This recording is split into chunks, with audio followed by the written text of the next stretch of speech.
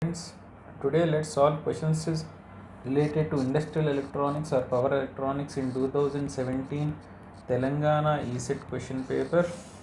The first question: one way to close a silicon control rectifier SCR is, so basically forward breakover voltage of an SCR is the minimum forward voltage at which the SCR will start conducting.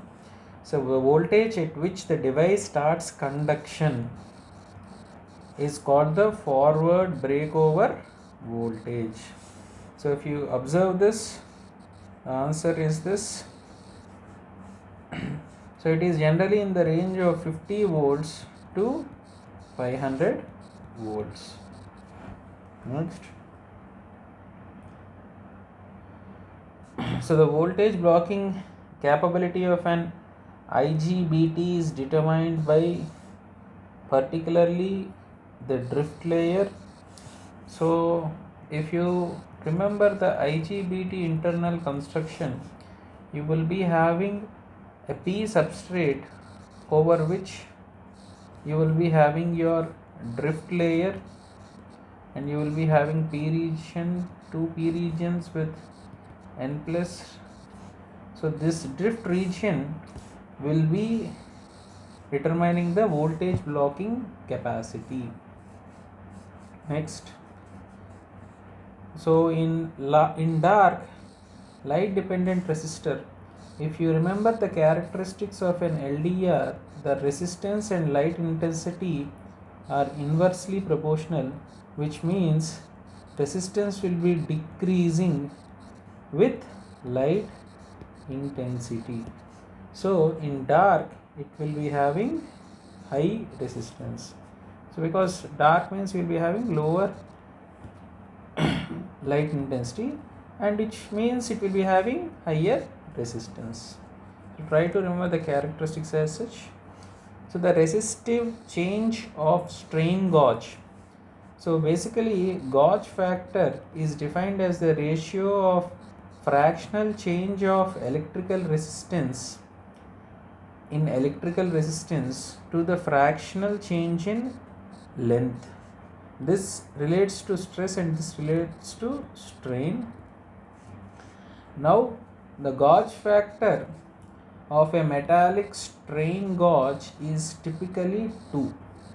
So we would like the resistance of strain gauge to change only in response to strain. So if you observe this, based on this, the resistive change is based on the gauge factor, and it is typically less than 1 ohm. So with this, the questions related to industrial electronics are completed in this question paper.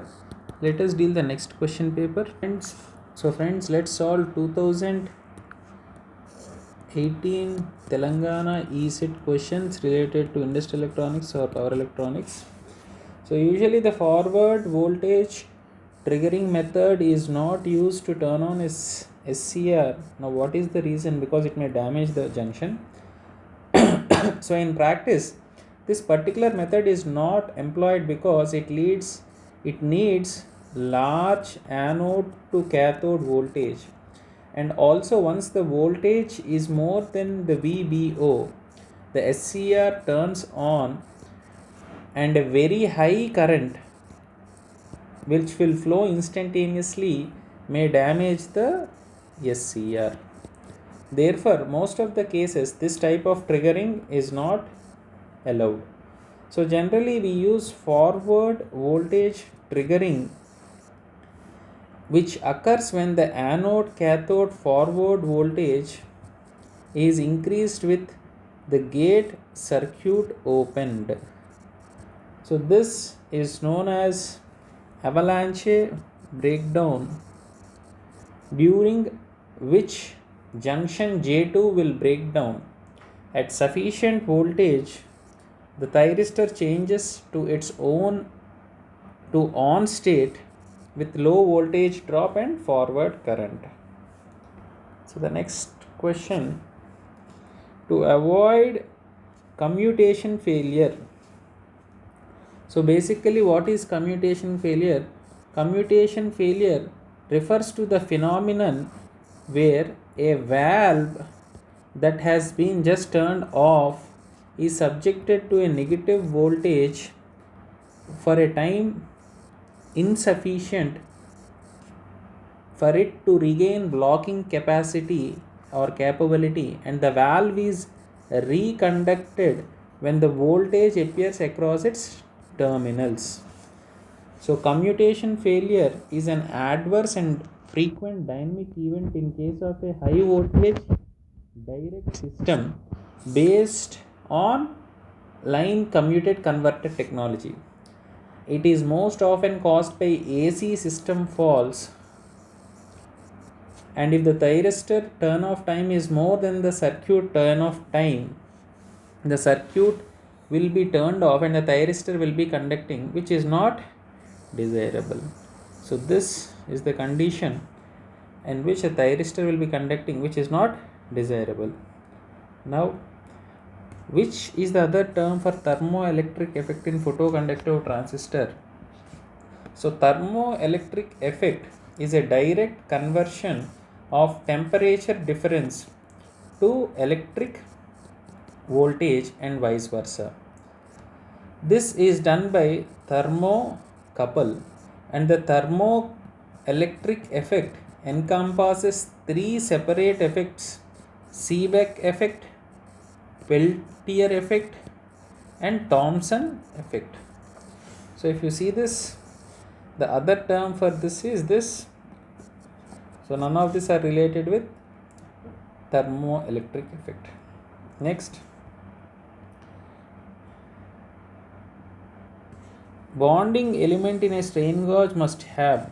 So basically in a strain gauge, bonding element must have high value of insulation resistance, and it should be immune to effects of moisture, and must also have the ability to transmit strain.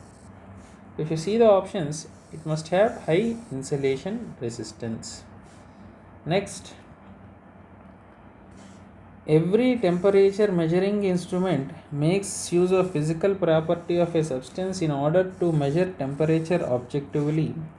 Now, what are the physical properties used by thermocouple?